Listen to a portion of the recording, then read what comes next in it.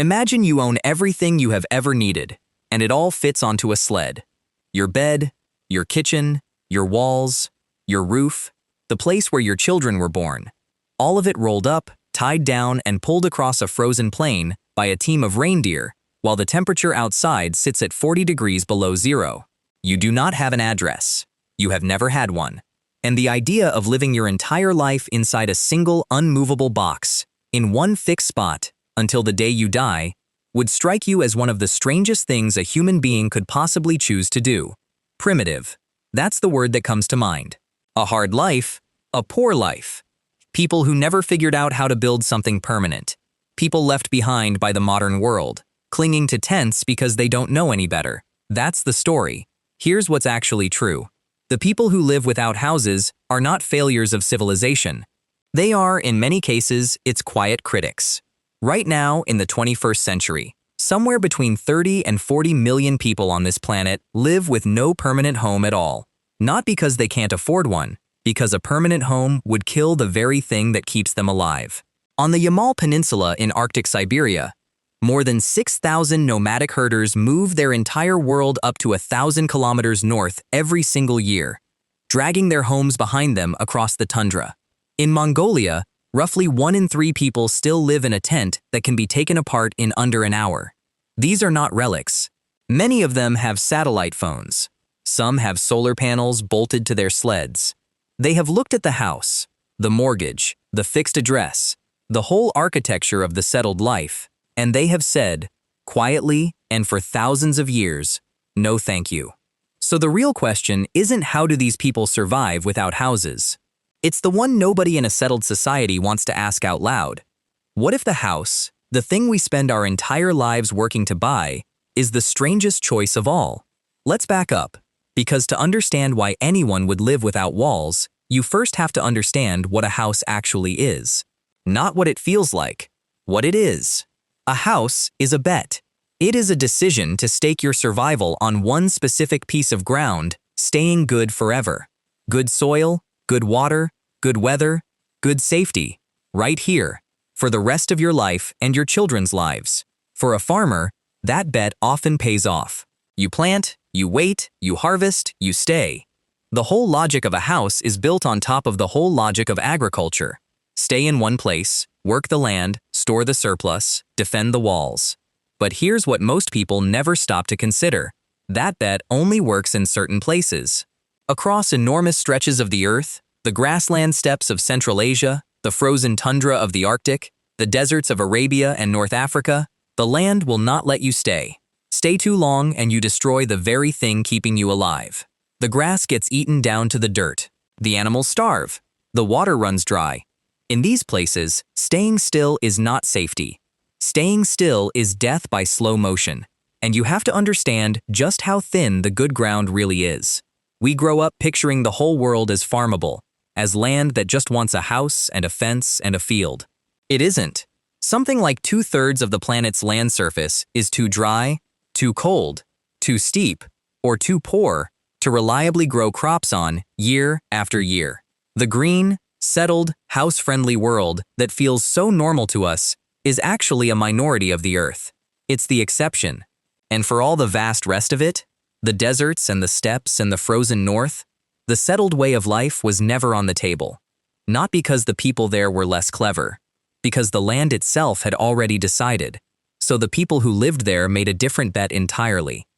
Instead of betting on one piece of ground being good forever, they bet on their own ability to always find good ground. They didn't tie their survival to a spot. They tied it to their skill, their animals, and their willingness to move. And once you make that bet, a house isn't an asset anymore. It's an anchor. A beautiful, heavy, expensive anchor that chains you to a patch of earth that is going to turn against you the moment you overstay your welcome. This is the thing that gets lost when we look at a tent and feel sorry for the people inside it. We assume the tent is a downgrade from the house. We see cloth where we expect brick and read it as a story of what these people lack. But that reading has it exactly backward. For most of these cultures, the tent is not what they settled for. The tent is what they achieved. It's a piece of technology, refined over thousands of years, that let them live and raise children and build entire civilizations in places the house builders could not survive for a single winter. Now let me show you exactly how good that technology actually is, because there are 3 things about the homes of the houseless that will genuinely reshape how you think about your own 4 walls. The first is about engineering, the second is about speed, and the third, the one that almost nobody sees coming, is not about their homes at all. It's about yours. Start with the Nenets of Siberia, because their home might be the most perfectly engineered object you've never heard of. The Nenets live on the Yamal Peninsula, a stretch of Arctic tundra whose name, in their own language, means the edge of the world. And it earns that name.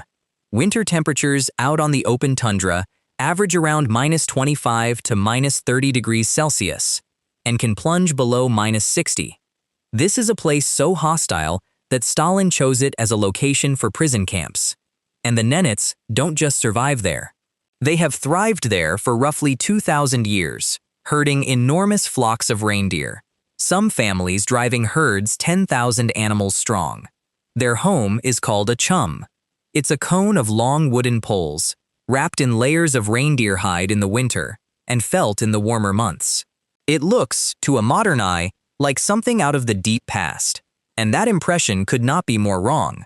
Consider what this structure has to do. It has to hold heat inside when the air outside is cold enough to freeze your breath before it leaves your face. It has to withstand tundra winds, with nothing to break them, for hundreds of kilometers. It has to be warm enough to raise a newborn baby in. And then, when the reindeer have eaten the local moss down and it's time to go, it has to come apart, load onto sleds, and be gone. The women sew a completely new set of reindeer fur clothing for every single person living in that chum, every summer, using reindeer sinew as thread. The sledges that carry the home are made entirely by hand, from wood, with no metal and no nails anywhere in them. Think about that. An entire mobile civilization, engineered down to the last stitch, with a supply chain that begins and ends with a single animal. And the movement itself is relentless. From roughly February through November, a Nenets brigade may break down its entire camp and move every 2 or 3 days. Every 2 or 3 days. Picture what that actually means. You wake in the Arctic dark. You take apart your house. You take apart everyone's house. You load 6 families and everything they own onto a train of a dozen sledges. You catch and harness the reindeer. And only then, often past midday, do you begin to move. 10, 15, sometimes 30 kilometers across the ice to a new patch of ground where you will build your entire world back up again from nothing, just in time to take it apart again in a couple of days. A settled person hears this and thinks, exhausting. A Nenets herder hears our life and thinks something similar, because to them, the astonishing thing is not the moving. The astonishing thing is that we chose to stop. Now travel south, to the grasslands of Mongolia, and you find a different answer to the same problem, and one that has quietly conquered the world without most people even noticing. The Mongolian home is the gyr. You may know it by its Russian name, the yurt. It's a circular tent, a lattice of wooden walls, a ring of roof poles reaching up to a central crown, all of it wrapped in thick felt made from the wool of the family's own sheep. And here is the number that should stop you cold. 2 or 3 adults can take a gyr completely apart in about half an hour and build the whole thing back up. A full home for a family, warm enough for a Gobi Desert winter that hits -40, cool enough for a summer that hits over 45, in around an hour and a half. An hour and a half. That is your entire house. Walls, roof, insulation, the works. Assembled from scratch faster than most people can assemble a piece of flat-pack furniture. And the gyr is not some fading curiosity. Around 40% of Mongolia's population still lives at least part of the year in one.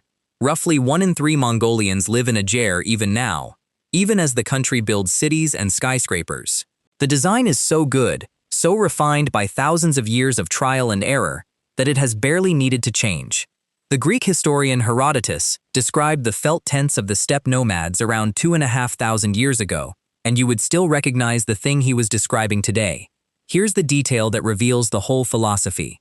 When a Mongolian family arrives at a new spot to raise their gyr, in many traditions they first light a fire and make an offering of milk, asking permission from the land itself to place their home there. Not permission from a government. Not a deed, not a title, not a bank. Permission from the ground. Because they know they are only borrowing it. They will stay 3, maybe 4 months, never longer, so that the exact patch of grass has time to recover before they return the following year. They move specifically so they do not destroy. The impermanence is not a bug, it's the entire point. Compare that, honestly, to how a settled society treats the ground it builds on. We pour concrete over it and call that progress. And this pattern isn't confined to the cold. Go to the other extreme of the thermometer, out into the deserts of Arabia and North Africa, and you find the Bedouin arriving at exactly the same answer from the opposite direction. Their enemy isn't the freeze. It's the heat and the emptiness, and the brutal fact that in a desert, water and grazing appear in one place this month and 100 kilometers away the next. So the Bedouin, too, refuse the house. Their home is the black tent, woven from goat hair, and it does something a mud brick wall never could. In the blistering day, the loose weave lets hot air escape and casts deep shade. When the rare rains come, the fibers swell and tighten until the whole roof turns nearly waterproof. It is a home that literally changes its own structure to match the sky above it. Try getting a concrete house to do that. Or look north again, to the Sámi of the Arctic reaches of Norway, Sweden, Finland, and Russia, who followed the reindeer across the top of Europe for centuries, moving their herds between summer and winter pastures. Different continent, different climate, different language, and yet the same conclusion, reached completely independently. Where the land forces you to move, the home must move with you. This is the part that should give you pause. This isn't one weird tribe in one strange corner of the map. This is humans, over and over, across the entire planet, independently arriving at the same verdict. In the places where nature gets a vote, the house loses. Now, here is the part nobody expects. We look at these cultures and we frame the whole thing as sacrifice. They give up the comfort of a permanent home. They give up possessions. They give up the security of walls. And in exchange, we assume, they get freedom, or tradition, or some romantic closeness to nature that we've lost. A fair trade, maybe. But still a trade. Still a life defined by what they've given up. Flip it around. What if we're the ones who made the trade, and we're the ones who got the worse end of it? Think about what a permanent home actually demands of you. To have a fixed house in the modern world, you take on a mortgage. A debt so large it often takes 30 years of your working life to pay off. 30 years. To keep that house, you need a fixed job, in a fixed place, which means you cannot easily follow opportunity, or family, or a better life somewhere else, because your entire net worth is nailed to one spot on the map. You fill the house with possessions, and then you spend money and time and worry, maintaining, insuring, storing, and protecting those possessions. The house was supposed to give you security, but look closely at how much of your one and only life the house quietly takes in return. The nomad looks at this and sees something we've trained ourselves not to see. They see a person who has traded their mobility, their single greatest human advantage, for a box. A person who, the moment the land turns bad, the job disappears, the water dries up, the neighborhood collapses, cannot simply pack up their home in an hour and go somewhere better. They are stuck, anchored, and they've been taught to call that anchor security. There's a second thing hidden in here, and it's about possessions. A nomad can only own what they can carry. That sounds like poverty, until you sit with it for a moment. It means every single object in their life has to earn its place. It has to be useful, or beautiful, or both. Because if it's neither, it's just dead weight on the sled, and dead weight gets left behind. So the nomad's home contains almost nothing that doesn't matter. Now look around your own home. Really look. How much of what fills it did you choose because you needed it? And how much is simply there, accumulating, in rooms you built specifically to store the things you rarely use? The house doesn't just hold you in place, it generates an appetite. The bigger the box, the more it demands to be filled, and the more you fill it, the harder it becomes to ever leave. In Mongolia, the herders understood this instinctively. In the warmer months, when they move most often, they travel light, carrying only what the season demands and leaving the rest behind at the winter camp. Less to carry means more freedom to move. They figured out, thousands of years ago, the thing our whole civilization is only now stumbling toward, under the awkward modern name of minimalism. There's a deeper thing underneath this, and it cuts right to the center of how humans are meant to live. For the overwhelming majority of our time on this planet, roughly 300,000 years of being human, we did not live in permanent houses. We moved. We followed the animals, the seasons, the water, and the food. The settled life, the farm, the village, the house with a fixed address, is only about 12,000 years old. Line that up against the full length of the human story, and the proportions are almost comical. If you squeezed all of human history into a single day, we spent more than 23 hours of it with no permanent home at all. The house shows up in the final 40 minutes. In the full span of the human story, the house is the new experiment. It's the strange new thing, the recent invention we're all still running on ourselves without a control group. The nomad isn't the one who never caught up to modern life. The nomad is living the older, deeper pattern, the one written into our species across 10,000 generations, the one our bodies and our restlessness and our itch to see what's over the next hill were actually shaped by. When you feel the urge to travel, to move, to get out, that isn't a distraction from real life. That's 10,000 generations of ancestors speaking through you, reminding you of something we very recently forgot. And there's a cost to the newer way that we rarely name. The nomadic home is almost never a lonely one. In a Nenets camp, families live clustered together, several households in a handful of tents, and when a stranger happens upon them out of the empty tundra, they are pulled inside, handed hot sweet tea before the kettle has even finished boiling, and offered a bed for the night without a second thought. In a place where the next human being might be 100 kilometers away, every person who arrives is treated as precious, because out there, other people are not competition or nuisance, they are survival. The home is small, so life spills outward, into the shared fire, into the brigade, into the constant, unavoidable presence of other people. Compare that to the modern house, which grows larger and larger, even as the number of people inside it shrinks. A century ago, homes were smaller and packed with family. Today, across the wealthy world, the houses keep expanding, while the households keep emptying. Until you arrive at the strangely modern picture of a single person alone in 4 bedrooms, doors locked, blinds down, a fortress built to keep the world out. We poured our wealth into walls. And the walls did exactly what walls do. They separated us from the weather, from the land, and, quietly, from each other. We got the walls we wanted. We're just not always sure what we walled ourselves away from. None of this means the nomadic life is easy, or that we should all sell our homes and buy reindeer. It isn't, and we shouldn't. These are hard lives, lived at the edge of human endurance, and they are vanishing fast, squeezed by gas fields, by climate change, by governments that would rather see everyone settled and countable and taxed. There is real loss in that disappearance, and no honest story pretends otherwise. But the people who live without houses are not a museum exhibit of how things used to be. They are a live, working argument that the way you live is a choice, not a law of nature. They looked at the deal the settled world was offering, the walls, the debt, the fixed spot, the stuff, and they turned it down, again and again, for 2,000 years, 5,000 years, for as long as there have been humans on the open steppe and the frozen tundra. Not because they couldn't build a house, because they understood exactly what a house would cost them, and they decided the price was too high. So the next time you stand inside your home, the one you'll spend decades of your life paying for, run your hand along the wall and ask yourself an honest question. Is this thing holding you up, or is it just holding you in place? The people at the edge of the world already know their answer.